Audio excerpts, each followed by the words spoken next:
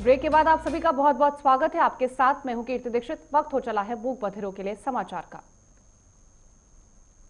दिल्ली की सीमा पर डटे किसानों का आंदोलन का आज 28वां दिन है, लेकिन अब तक कोई बात नहीं बन पाई है। सरकार अपने इरादे पर अडिग है तो किसान तीनों नए कृषि कानूनों को वापस लेने की मांग पर डटे हुए हैं। आज किसान दिवस है। इस मौके पर किसान संगठनों ने प्रदर्शन तेज करने का ऐलान कर दिया है। किसान संगठनों ने अपील की है कि आज के लिए देशवासी उनके समर्थन में एक वक्त का भोजन नहीं करें।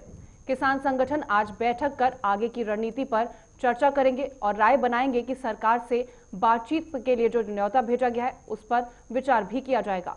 किसानों ने अब अंतर्राष्ट्रीय स्तर पर सरकार की घेराबंदी की तैयारी भी शुरू कर दी है। वहीं दिल्ली पुलिस का कहना है कि सीमा पर लगातार प्रदर्शनकारी किसानों की संख्या बढ़ती जा रही है, लेकिन हड़ताल तनाव में है। वहीं दूसरी ओर इस गतिरोध को दूर करने के लिए सरकार की कोशिशें जारी हैं। कृषि मंत्री नरेंद्र सिंह तोमर ने कहा कि जल्द ही संकट का समाधान मिलने की उम्मीद है।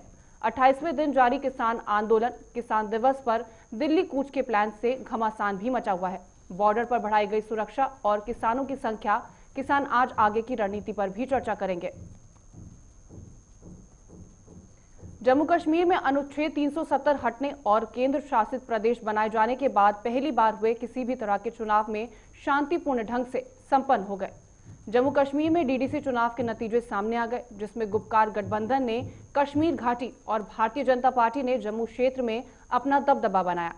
नतीजों में 7 पार्टियों का गुपकार गठबंधन सबसे बड़ा दल बना है, जबकि बीजेपी सबसे बड़ी पार्टी बनकर सामने आई है। अब तक के मिले आंकड़ों के मुताबिक गुपकार गठबंधन को 112 सीटें मिली। गुपकार 7 पार्टियों का गठबंधन है। इस गठबंधन में National Conference, People's Democratic Party, People's Conference, CPI, CPIM, Awami National Conference और जम्मू और कश्मीर पीपल्स मूवमेंट शामिल है। बीजेपी को 75 सीटों पर कामयाबी मिली है और कांग्रेस 25 सीटें जीतकर तीसरे नंबर पर है। तो यहाँ निर्दलियों ने आश्चर्यजनक रूप से 66 सीटें जीती हैं। हालांकि बीजेपी के लिए अच्छी खबर यह है कि उसने कश्मीर घाटी में भी अपना खाता खोल लिया है। साथ ही अगर सिर्फ पार्टी की बात करें तो बीजेपी सबसे बड़ी पार्टी बनकर उभरी है।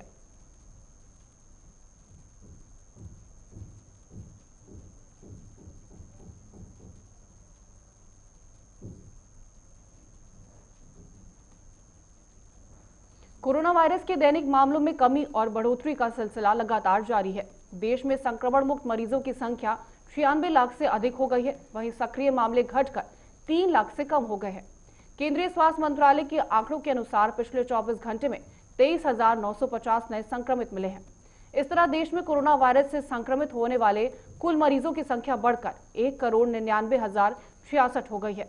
इस दौरान 333 मरीजों ने वायरस के संक्रमण के चलते अपनी जान गंवाई। अभी तक कुल 1,46,444 लोगों की वायरस के संक्रमण से मौत हो गई है। मंत्रालय के आंकड़ों के अनुसार देश में संक्रमण मुक्त मरीजों की संख्या बढ़कर 96,63,382 हो गई है। पिछले 24 घंटे में 26,895 मरीजों ने वायरस को मात दी और इलाज के बाद अस्पताल से वापस घर लौट गए। वहीं देश में सक्रिय मामलों की संख्या 2,89,240 है, जिसमें लगातार गिरावट दर्ज की जा रही है।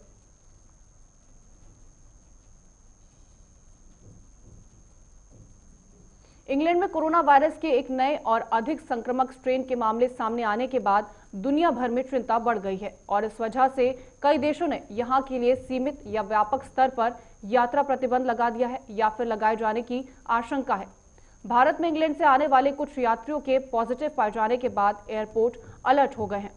25 नवंबर से 8 दिसंबर के बीच भारत आए इंग्लैंड के अंतर्राष्ट्रीय यात्रियों को जिला निगरानी अधिकारियों से संपर्क करके उनके स्वास्थ्य की निगरानी करने की सलाह दी गई है। यदि उनमें से किसी में भी कोई लक्षण दिखता है तो उसे RT-PCR टेस्टिंग से गुजरना होगा। ICMR दिशा निर्देशों के अनुसार कोरोना पॉजिटिव पाए गए उन यात्रियों के संपर्क में आए सभी लोगों को 21 से 22 दिसंबर को अलग अलग हवाई अड्डों पर पहुंचना है और उन्हें अलग अलग क्वारंटीन में रखा जाएगा और परीक्षण भी किया जाएगा। इस बीच दिल्ली सरकार ने फैसला किया है कि पिछले 2 हफ्तों में जितने भी लोग यूके से दिल्ली में उतरे उन सबको घर घर जाकर चेक किया जाएगा।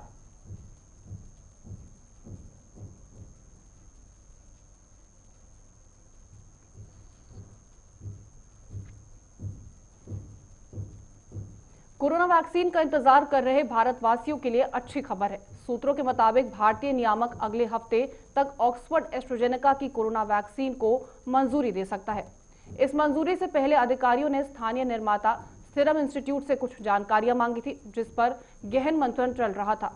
भारत अगर ब्रिटिश दवा निर्माता ऑक्सफोर्ड एस्ट्राजेनेका की कोरोना वैक्सीन को हरी झंडी देता है तो वो इस वैक्सीन के इस्तेमाल में सबसे पहला अनुमति देने वाला देश बन जाएगा, क्योंकि ब्रिटिश दवा नियामक भी अभी ऑक्सफोर्ड एस्ट्राजेनेका की वैक्सीन को लेकर अपना परीक्षण कर रही है। भारत दुनिया का सबसे बड़ा वैक्सीन देश बनने वाला है, जो अगले महीने अपने नागरिकों को टीका लगाना शुरू कर सकता है। ऑक्सफोर्ड एस्ट्राजेनेका के अलावा फाइजर इंक और स्थानीय कंपनी भारत बायोएनटेक द्वारा बनाए गए टीकों के इमरजेंसी इस्तेमाल को लेकर भी भारतीय नियामक विचार कर रहे हैं।